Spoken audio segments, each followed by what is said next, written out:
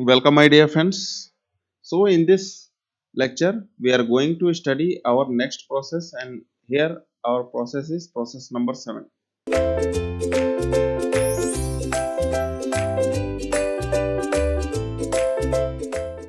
So, what is our process number 7? Our process number 7 is what? Cooling and dehumidification. Okay, यहाँ पे cooling हो रही है और साथ में मॉइस्चर कंटेंट भी कम हो रहा है. दैट मीन्स स्पेसिफिक ह्यूमिडिटी भी कम हो रही है. That means this process is known as cooling and dehumidification. Okay, cooling and dehumidification यहाँ पे हो रहा है. ओके, तो यहाँ पे सबसे पहले तो आप क्या करोगे, अगेन वो पाइप लोगे जिसमें आप एयर को फ्लो कराओगे. एयर का टेम्परेचर आपका होगा T1 और यहाँ पे जाके एयर कूल हो जाएगा. दैट मीन्स T2 हो जाएगा, where T2 is less than T1. मतलब T1 का टेम्परेचर ज्यादा होगा, यहाँ पे कूल हो रहा है. एंड डीह्यूमिडिफिकेशन का मतलब क्या है कि अगर यहाँ पे ओमेगा 1 है और अगर यहाँ पे ओमेगा 2 है तो ओमेगा 2 की भी वैल्यू क्या होगी, घटेगी. दैट मीन्स डीह्यूमिडिफाई हो रहा है. तो ये प्रोसेस किस तरीके से अचीव किया जाएगा, ये प्रोसेस किस तरीके से अचीव किया जाएगा, तो अगेन आप क्या इवापोरेटर का कंसेप्ट लगाओगे, रेफ्रिजरेशन इफेक्ट को क्रिएट करोगे. दैट मीन्स कूलिंग कॉइल लगाओगे. This is your cooling coil. ठीक है, आप कूलिंग कॉइल को लगाओगे. एंड इस कूलिंग कॉइल का जो टेम्परेचर होगा, सपोज दैट ये कॉइल का अगर TC टेम्परेचर है तो ये टेम्परेचर कम होगा ड्यू पॉइंट टेम्परेचर से. ड्यू पॉइंट टेम्परेचर से कम होने का मतलब क्या, कि जो ये मॉइस्चर कंटेंट एयर है, ये जो एयर है जिसके में मॉइस्चर कंटेंट है ओमेगा 1 है, तो वो अगर यहाँ से क्रॉस करेगा तो DPT, that mean due point temperature से कम होने के कारण इस कॉइल का टेम्परेचर, आपका एयर का टेम्परेचर क्या हो जाएगा, कम हो जाएगा.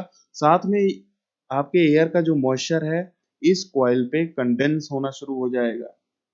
ठीक है, दैट मीन्स यहाँ पे जो टोटल मॉइस्चर होगा वो घट जाएगा.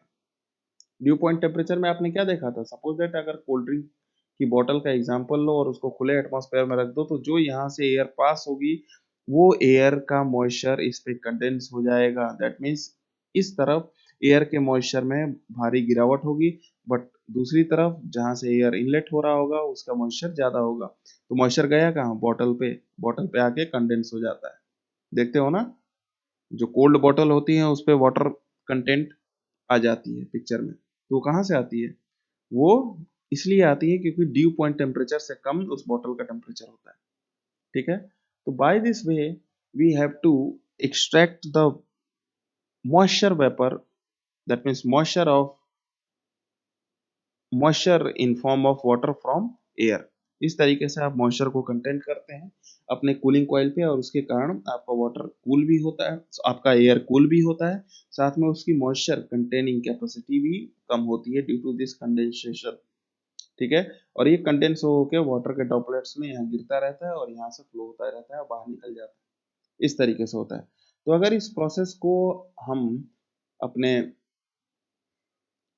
साइकोमेट्रिक कर्व पे अगर हम एनालाइज करें, इस प्रोसेस को साइकोमेट्रिक कर्व पे अगर हम एनालिसिस करें, तो ये साइकोमेट्रिक कर्व पे ये प्रोसेस किस तरीके से दिखेगा. Suppose that this is your humidification. ठीक है, this is your humidification and this is your dry bulb temperature T.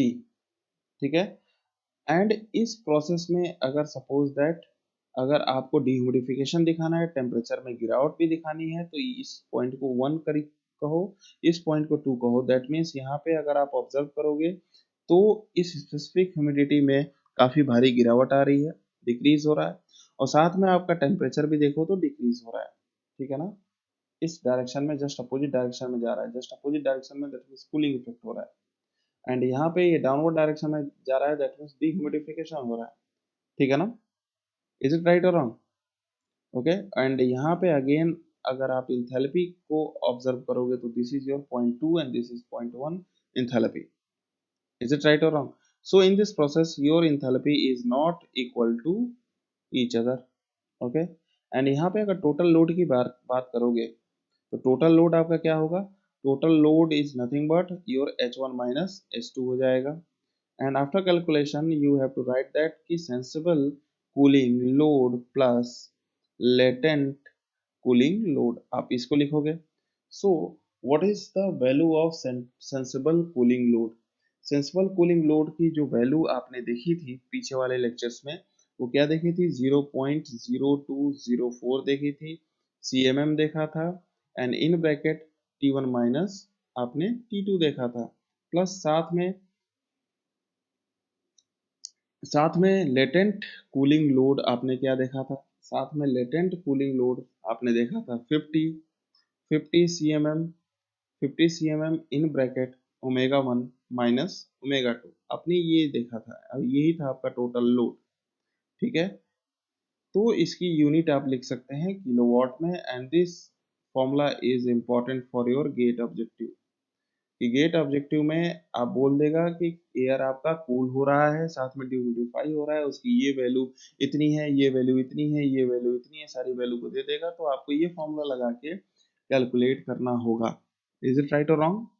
So my dear friends, by this way we have to analyze and we have to plot over psychometric curves, and by this way and by the using of some sensible cooling load and latent cooling load, we have to opt our total load formula, and this formula is very useful for your competitive examination. Okay, now let's further move over our last process, and our last process under basic psychometric process is what? Our 8 number process is heating and dehumidification. Heating and dehumidification,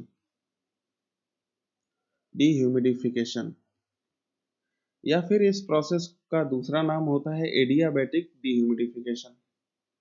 adiabatic adiabatic dehumidification, या इसका एक और नाम होता है, क्योंकि competitive examination में different different name का यूज करके एग्जामिनर आपके साथ खेलता है, प्ले करता है। तो इसका तीसरा जो नाम होता है वो क्या होता है, केमिकल डिह्यूमिडिफिकेशन। ठीक है, केमिकल डिह्यूमिडिफिकेशन होता है। अब my dear friends, what is the meaning of this adiabatic dehumidification, what is the meaning of this chemical dehumidification? Adiabatic process का मतलब क्या है कि heat exchange nothing, that means constant. So for this process H1 is just equal to H2, and this H1 is just equal to H2 is observed over psychometric curve। अगर हम psychometric curve को draw करें, so this is our psychometric curve, that means specific humidity line, and this is our dry bulb temperature line, and this is your saturation curve. This is your saturation curve phi, where phi is equal to 100%। ठीक है, and this is your specific humidity omega 1, and this is your dry bulb temperature, that means small t।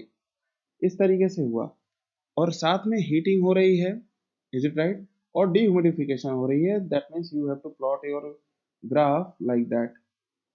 Okay, मतलब यहाँ पे आपको क्या मिल रहा है, यहाँ पे देखो, यहाँ पे अगर आप ऑब्जर्व करते हो तो देखो, ऑब्जर्व करने पे आपको क्या देखने को मिल रहा है, ऑब्जर्व करने पे आपको क्या देखने को मिल रहा है, आपको this is your initial point 1 and this is your initial point 2, आपको इस तरीके से देखने को मिल रहा है, this is your initial point 1, this is your initial point 2, और यहाँ पे आपको H1 is just equal to H2 आपको देखने को मिल रहा है। तो H1 equal to just H2 का मतलब क्या कि no heat exchange, that means heat exchange is just constant, and due to this constant heat exchange from point 1 to 2, you have to say that adiabatic dehumidification।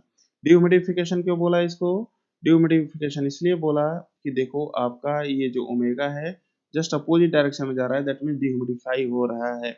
और साथ में देखो तो ये जो आपका ग्राफ है, उस ग्राफ में देखो ये टेम्परेचर बढ़ रहा है, यहाँ पे ये T1 टेम्परेचर था और यहाँ पे ये T2 टेम्परेचर था, that means what, T1 is greater than T2, that means what, sorry, T1 is less than T2, T1 is less than T2। ठीक है ना, again here in this case T2 is greater than T1, that means T2 is greater than T1 का मतलब क्या हुआ कि heating हुआ, and यहाँ पे देखो ये omega 1 is greater than omega 2, that means यहाँ पे क्या हुआ, ह्यूमिडी सॉरी डिह्यूमिडिफिकेशन हुआ। ओके ना, सो हीटिंग एंड डिह्यूमिडिफिकेशन का अगर फंडा हम देखें तो किस तरीके से हीटिंग एंड डिह्यूमिडिफिकेशन पाया जाता है, किस तरीके से पाया जाता है, ये केमिकल प्रोसेस से पाया जाता है। यहाँ पे सिलिका जेल का आप यूज करते हैं, तो नोट में लिखिए, नोट में आप क्या लिखोगे, नोट में आप लिखोगे कि certain chemical like silica gel are used to observe the moisture from air. Moisture को एयर से जब आप ऑब्जर्व करोगे तभी तो डिह्यूमिडिफिकेशन होगा ना। सो सर्टेन केमिकल, सर्टेन केमिकल, क्यों इसको इसको केमिकल डिह्यूमिडिफिकेशन किया गया, क्योंकि यहाँ पे केमिकल का यूज करके ही डिह्यूमिडिफिकेशन को ऑप्ट किया जा रहा है। So certain chemical like silica gel, like silica, like silica gel are used, are used, ये बहुत ही इंपॉर्टेंट लाइन है। ये एसएससी जेई के ऑब्जेक्टिव या स्टेट पीएससी या ईएससी के ऑब्जेक्टिव में ये पूछा जाता है कि किस तरीके से हीटिंग एंड ह्यूमिडिफिकेशन आप पाओगे। तो आपको ऑब्जेक्टिव में टिक करना होगा silica gel, by the using of silica gel are used to observe the moisture from air, used to observe, to observe नहीं absorb, okay, to absorb the moisture, to absorb the moisture from air. Is it right or wrong? So during the absorption of water vapor, during the absorption, so during the absorption of what, water vapor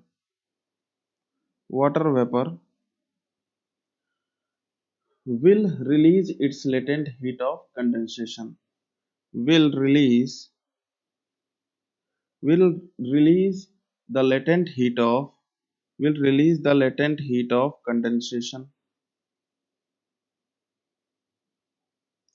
Okay, and therefore the humidity of air will decrease.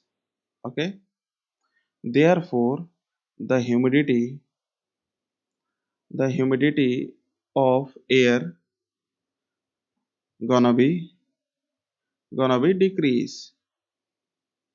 तो इस तरीके से air की humidity decrease करती है, and this heat loss will be taken by air from atmospheric air and only therefore dry bulb temperature is increased only, but overall heat is constant. ठीक है, overall heat आपका constant होता है, भले आपका temperature बढ़ता है। ठीक है, so this all process are going to be chemical, chemically action के कारण ये सारा का सारा प्रोसेस आपका हैपेंड होता है। अब यहाँ पे आपका क्या हो रहा है, हीटिंग हो रही है, तो इस हीटिंग के कारण सेंसिबल हीटिंग हो रहा है। इज इट राइट ना, सेंसिबल हीट लोड को कंसीडर किया जाएगा, एंड डीह्यूमिडिफिकेशन के कारण आपको लेटेंट कूलिंग लोड को आपको कंसीडर करना पड़ेगा। यहाँ पे टोटल लोड क्या होगा, सो सबसे पहले टोटल लोड आप सेंसिबल हीट लोड का लिखोगे। सेंसिबल हीट लोड का टोटल लोड लिखने के लिए that mean 0.0204 CMM in bracket T2 minus T1 आप करोगे। ठीक है, एंड लेटेंट कूलिंग लोड को अगर आपको लिखना है तो आप क्या लिखोगे, आप 50 cm in bracket omega 1 minus omega 2 आप इस तरीके से लिखोगे, and this is your total load. ठीक है ना, this is your total load in kilowatt, and this is your best formula for objective purpose for your GATE examination. ठीक है, ये केवल ऑब्जेक्टिव पर्पस के लिए ये फॉर्मूला यूज करोगे, कन्वेंशनल के लिए ये फॉर्मूला नहीं यूज करेंगे। इज इट राइट, कन्वेंशनल के लिए आप ये फॉर्मूला नहीं यूज करेंगे। So my dear friends, by this way we have to finish our all 8 processes. ठीक है, इस तरीके से हमने सारे अपने 8 प्रोसेस को फिनिश किया। अभी तक एक बार मैं आपको रिवाइज करा देता हूँ कि हमारे टोटल 8 प्रोसेस क्या क्या थे। हमने फर्स्ट ओवर साइकोमेट्रिक चार्ट पे ही मैं सारे के सारे प्रोसेस को आपको मेंशन करा रहा हूँ, उससे आपको काफ़ी इजी हो जाएगा। ओके, उससे आपको काफ़ी इजी हो जाएगा। So first of all you have to plot your psychometric curve, okay, and this is your specific humidity and this is your dry bulb temperature. ठीक है, ड्राई बल्ब टेम्परेचर इस डायरेक्शन में increase कर रहा है और इस डायरेक्शन में स्पेसिफिक ह्यूमिडिटी आपका इंक्रीज कर रहा है ओमेगा, एंड यहाँ पे है ड्राई बल्ब टेम्परेचर जिसको डिनोट किया जाता है स्मॉल टी से in degree centigrade, and this is your saturation curve. ठीक है, this is your saturation curve where phi is just equal to 100%। ठीक है, ओके, ऑल राइट। अब यहाँ पे सेंसिबल, सपोज दैट ये एक मैं पॉइंट लेता हूँ, ये एक मैं एक पॉइंट लेता हूँ, इस पॉइंट के बाद मैं सारी की सारी प्रोसेस को आपको मेंशन करना चाहता हूँ। तो ये जो है, ये जो लाइन इस तरीके से अगर आपकी जाती है 1 से लेकर 2 तक, ये ब्लैक वाली लाइन ही आपकी क्या है, फर्स्ट है, सेंसिबल हीटिंग केवल यहाँ हो रहा है। ठीक है, सेंसिबल हीटिंग यहाँ केवल यहाँ हो रहा है। ठीक है, सेकंड नंबर पे अगर हम बात करें, सेकंड नंबर पे हमें सेंसिबल कूलिंग करानी है। सो सेंसिबल कूलिंग अगर कराना है तो आपको जस्ट अपोजिट डायरेक्शन में जाना होगा। दैट मीन्स इस डायरेक्शन में जाना होगा 1 से 2 डैश के तरफ। दैट मीन्स यहाँ पे क्या हो रहा है, सेंसिबल कूलिंग हो रही है। Is it right? कहाँ से, 1 से लेके 2 डैश तक, और 1 से लेके 2 तक क्या हो रहा है, 1 से लेके 2 तक सेंसिबल हीटिंग हो रही है। ये इस तरीके से। अगर थर्ड पॉइंट को मैं दिखाना चाहूँ, केवल ह्यूमिडिफिकेशन को अगर मैं दिखाना चाहूँ, तो केवल ह्यूमिडिफिकेशन को मैं किस तरीके से दिखाऊंगा, एकदम स्ट्रेट लाइन इस तरीके से। मतलब केवल यहाँ पे ह्यूमिडिफिकेशन हो रहा है 1 से 3। अगर मैं कहता हूँ 1 से 3, तो यहाँ पे केवल यहाँ पे केवल ह्यूमिडिफिकेशन हो रहा है। ओके ना, यहाँ पे केवल ह्यूमिडिफिकेशन हो रहा है। ओके, और ये ह्यूमिडिफिकेशन किस डायरेक्शन में हो रहा है, 1 से लेके 3 के डायरेक्शन में ह्यूमिडिफिकेशन हो रहा है। अगर डीह्यूमिडिफिकेशन की बात करें, तो ये 1 पॉइंट से लेके 4 पॉइंट तक आपका क्या हो रहा है, डीह्यूमिडिफिकेशन हो रहा है। डीह्यूमिडिफिकेशन हो रहा है किस पॉइंट से किस पॉइंट तक, 1 पॉइंट से लेके 4 पॉइंट तक। ठीक है, अगर डिह्यूमिडिफिकेशन की बात हो गई, अगर हीटिंग एंड डिह्यूमिडिफिकेशन को दिखाना है, सॉरी, अगर हीटिंग एंड ह्यूमिडिफिकेशन को आपको दिखाना है, तो आपको इस तरीके से जाना होगा। दैट मीन्स फ्रॉम पॉइंट 1 से लेके आपको इस डायरेक्शन में जाना होगा। तो यहाँ पे क्या है, आप दिखाओगे हीटिंग एंड ह्यूमिडिफिकेशन को, ह्यूमिडिफिकेशन को दिखाओगे फ्रॉम पॉइंट 1 to 5। ओके ना, ये इस तरीके से दिखाओगे। अगर आपको कूलिंग एंड ह्यूमिडिफिकेशन दिखाना है, तो कूलिंग एंड ह्यूमिडिफिकेशन के लिए आप ये लाइन दिखाओगे। That means from point 1 to 6 क्या दिखाओगे, कूलिंग एंड डिह्यूमिडिफिकेशन दिखाओगे। फ्रॉम पॉइंट 1 to 6 आप इस तरीके से दिखाओगे। अगर 7 पॉइंट की बात करें, तो 7 पॉइंट में आपका क्या है, कूलिंग एंड डीह्यूमिडिफिकेशन। तो कूलिंग एंड डीह्यूमिडिफिकेशन आप इस तरीके से दिखाओगे। 1 to 7, 1 to 7 आप क्या दिखाओगे, कूलिंग एंड डीह्यूमिडिफिकेशन दिखाओगे। Is it right? फिकेशन आप दिखाओगे। I am sorry my dear friends, आपका यहाँ पे आपका केवल ह्यूमिडिफिकेशन रहेगा। ठीक है ना, यहाँ पे केवल ह्यूमिडिफिकेशन रहेगा, कूलिंग एंड ह्यूमिडिफिकेशन, बाद में डिह्यूमिडिफिकेशन आएगा। और अगर 8th नंबर का अगर आप दिखाना चाहोगे हीटिंग एंड डीह्यूमिडिफिकेशन, तो हीटिंग एंड डीह्यूमिडिफिकेशन को आप इस तरीके से दिखा सकते हो, from point 1 to 8 point. That means आप क्या दिखाओगे, heating and what, dehumidification, heating and dehumidification आप इस तरीके से दिखाओगे। और कहाँ से कहाँ तक दिखाओगे, 1 से 8 नंबर तक दिखाओगे, और यहाँ 1 से 7 नंबर तक दिखाओगे। तो ये अपने सारे के सारे 8 प्रोसेस जो मैंने आपको पढ़ाया ओवर द साइकोमेट्रिक कर्व, आप इस पॉइंट से लेके इस तरीके से आप दिखा सकते हैं। ठीक है, ये सारे के सारे 8 पॉइंट्स आपके दिमाग में बिल्कुल फिट होने चाहिए।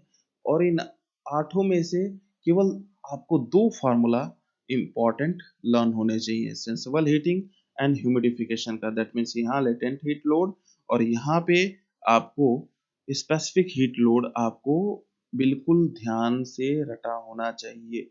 ठीक है, ऐसा क्यों होना चाहिए, अभी मैं आपको बताता हूँ। सबसे पहले तो ये फॉर्मूला आप लिखिए, 0.0204 cmm in bracket T2 minus T1 ये आपको इन किलोवाट रटा होना चाहिए, और दूसरा आपको 50 cmm लेटेंट हीट लोड में 50 cmm इन ब्रैकेट ओमेगा 2 माइनस ओमेगा 1 ये आपको इन किलोवाट में और यहाँ आपको इन किलोवाट में रटा होना चाहिए।